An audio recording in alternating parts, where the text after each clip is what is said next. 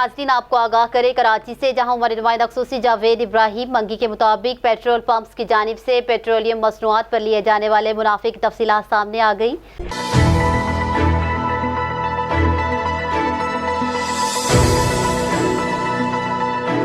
ज़राए के मुताबिक पेट्रोल पंप्स फी लीटर पेट्रोल पर 3 रुपये 91 पैसे मुनाफा लेती है और डीजल पर पंप्स का मुनाफा 3 रुपये 30 पैसे फी लीटर है।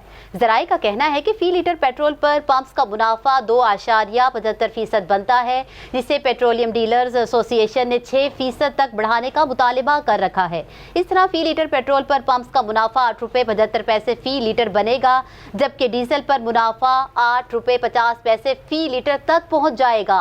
ज़राए का बताना है कि पेट्रोल और डीजल पर ऑयल मार्केटिंग कंपनीज भी अलग अलग 2 रुपये 97 पैसे फी लीटर मुनाफा लेती हैं। डीलर्स मार्जिन के साथ इन ऑयल मार्केटिंग कंपनीज का मुनाफा भी बढ़ता है। न्यूज़ स्टूडियो से फिल वक्त इतना ही। मज़ीद अपडेट्स के लिए देखते रहिए BBC 11 हेडलाइंस न्यूज़।